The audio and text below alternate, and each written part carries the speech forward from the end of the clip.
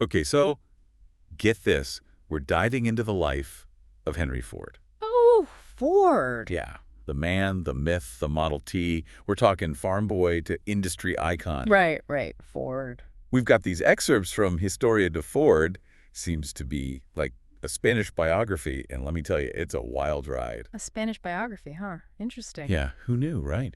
But it really gets you thinking, like this whole Ford empire, it all started with a 16-year-old kid. 16? Yeah, ditching his dad's farm back in 1879. To sell cars. Not quite yet. He heads to Detroit, Detroit back then, wasn't that? world away from the Motor City we know today. You got it. It was on the verge of this huge technological revolution, and this kid, Henry, walks right into the thick of it. What made him leave the farm so young, though? Well, the Historia de Ford paints a picture of young Henry being really close to his mom, Ah, his mother. and she passes away when he's only 12. Oh, wow, 12. Tough stuff, right? Yeah.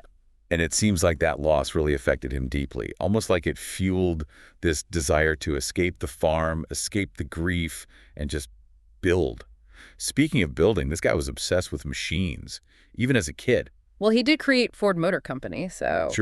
True, but it started way before that, like with that story about the pocket watch. Oh, yeah, the pocket watch. What was it with that? So he gets this pocket watch at, you guessed it, 12 years old, takes it apart, figures out how it works, and boom, becomes the go-to watch repair guy in his little farm town. From watches to cars, I guess some things never change. Exactly. I mean, talk about a sign of things to come, right? This wasn't just some kid messing around. No, you can see the gears turning, he had that drive. Totally.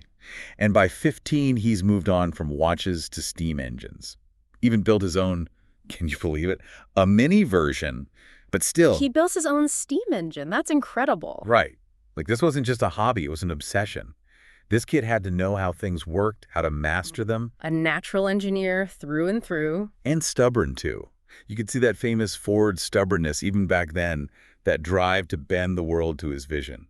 So when does Detroit come into play? Well, that drive, that obsession, it eventually leads him to the epicenter of it all, Detroit. Detroit, huh? Must have been quite the change of pace from farm life. Talk about sensory overload. Imagine Detroit at the turn of the century, a hub of innovation, steam engines everywhere. This place was like Disneyland for a guy like Ford. So what does he do? Does he start building cars right away? Not so fast. See, this is where Ford's real genius shines through. He recognized opportunity. He's in Detroit, the heart of steam engine technology, but then stumbles upon this British magazine. What, like a car magazine? Sort of. This magazine had an article about this brand new invention, something nobody had really figured out yet, the gasoline engine. Ah, the gasoline engine. That's when everything changed, right? You got it. It was a light bulb moment for Ford. Suddenly, steam engines were old news, and he was fixated on this new technology. But why Detroit? Why not go where the gasoline engines were? Because Ford knew to conquer this new engine, he needed to understand its heart, the electrical system. And who better to learn from than the master of electricity himself? You're kidding. He went to work for Edison. Oh yeah, he landed a job at the Edison Illuminating Company, working directly under Thomas Edison. No way. Talk about being in the right place at the right time, learning from the best. Right. It's like interning at Apple while secretly sketching out the next Tesla in your garage. This is where Ford's journey takes this amazing turn. He's on the path to changing the world, and it all starts here. So Ford is working for Edison, learning all about electricity, but he can't shake this gasoline engine idea. I bet. Did he run it by Edison like, hey boss, I've got this crazy idea? I don't know about that, but I can tell you he doesn't waste any time.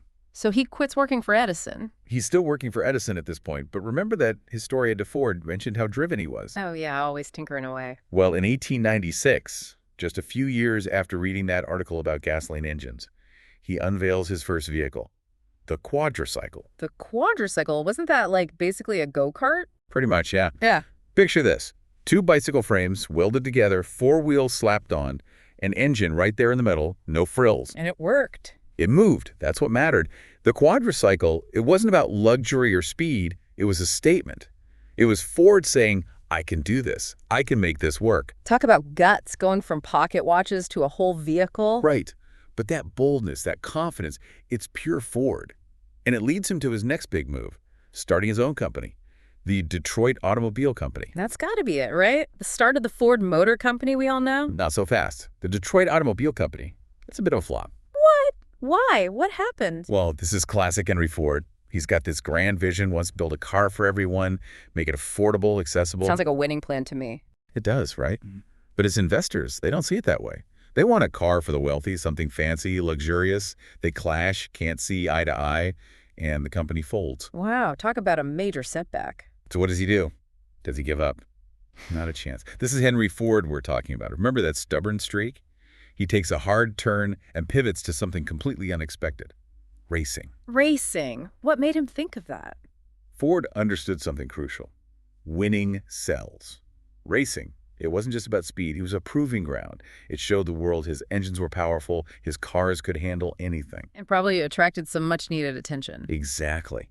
Ford knew how to put on a show, and these races, they grabbed headlines. He starts racking up wins, people start noticing, and investors come knocking. And that's how the Ford Motor Company finally gets off the ground.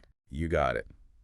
This time, Ford's in the driver's seat, and he's got a new car, the Model A, ready to roll. Not the Model T. I thought the Model T was his big break. The Model A was the warm-up act.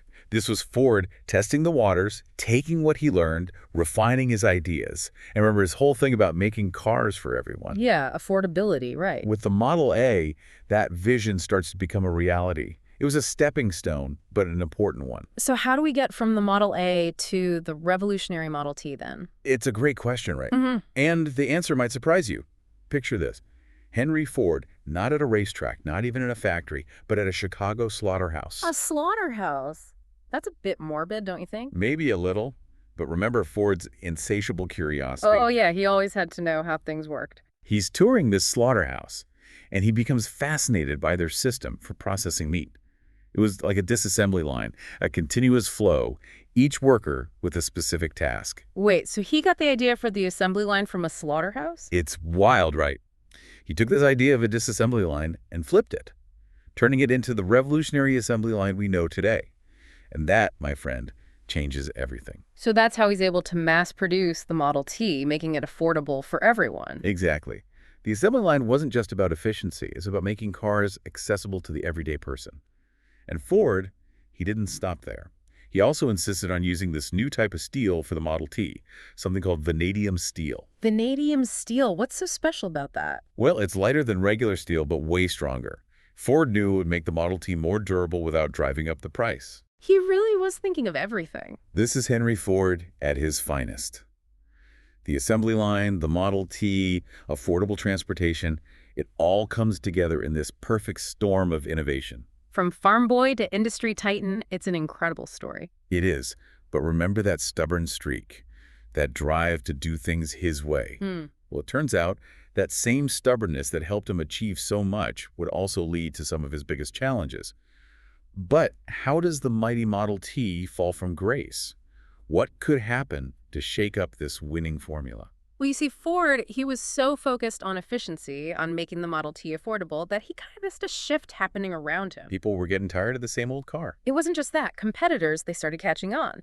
They began introducing new features, new colors, sleeker designs, the works. Making the Model T look a little, well, dated. Exactly. And Ford, well, he was married to his vision. Remember that stubborn streak?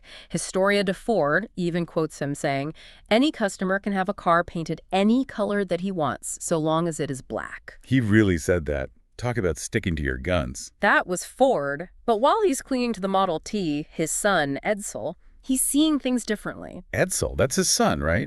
He was involved in the company, too. Yeah, Edsel was president of Ford Motor Company at this point, and he had this great eye for design, a more modern sense. So Edsel's like, Dad, we got to update this thing. Pretty much. He's telling Henry, look, the market's changing. We need to adapt, offer more options, modernize. And Henry's response is, Let's just say it was a clash of titans. Father versus son, old versus new, that stubborn streak, it almost cost Ford everything. but the Model A, wasn't that Edsel's doing? Didn't they end up changing things up? They did, but it took a while. Model T sales, they start plummeting, competition is heating up, and finally, Henry, he sees the writing on the wall. He actually admits he's wrong. That's got to be a tough pill to swallow. It was a humbling moment, for sure. He pulls the plug on the Model T, stops production, and goes all in on a brand new car, the Model A. And the Model A, this is where he finally embraces change, offers different colors, right? It was a huge shift for Ford, a real sign that he was listening, adapting. But even then, that need for control, for doing things his way, it never really went away. So even when he's changing with the times, that stubbornness is still there. Oh, yeah.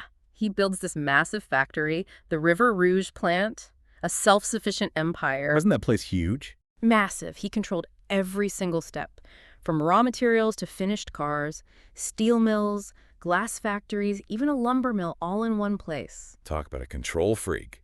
But all this control, did it work? Did it keep Ford on top?